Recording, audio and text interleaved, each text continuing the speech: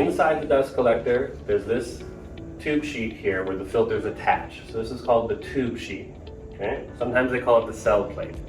This is a very important part of the dust collector that we'll talk about again and again today. It's where the filters actually connect and hang from.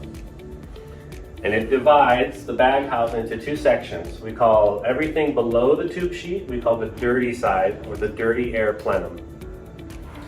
Because everything under here is covered in dirt, dust. Everything above the tube sheet, we call the clean air side, or the clean air plenum. And if you're lucky, that's the only place you have to go if you're working in the baghouse group, on the clean side. But you're probably gonna end up in the dirty side at some point too.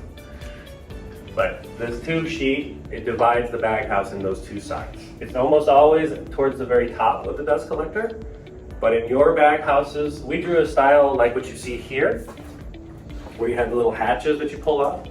Your baghouses are a slightly different style where they build a big house on top as you walk into the clean air plenum. Others, you have a little hatch that you open and you step down into it. Yours, you walk into it through a door. Okay, but everything works exactly the same. It's just one you can work on in the rain, one you can't.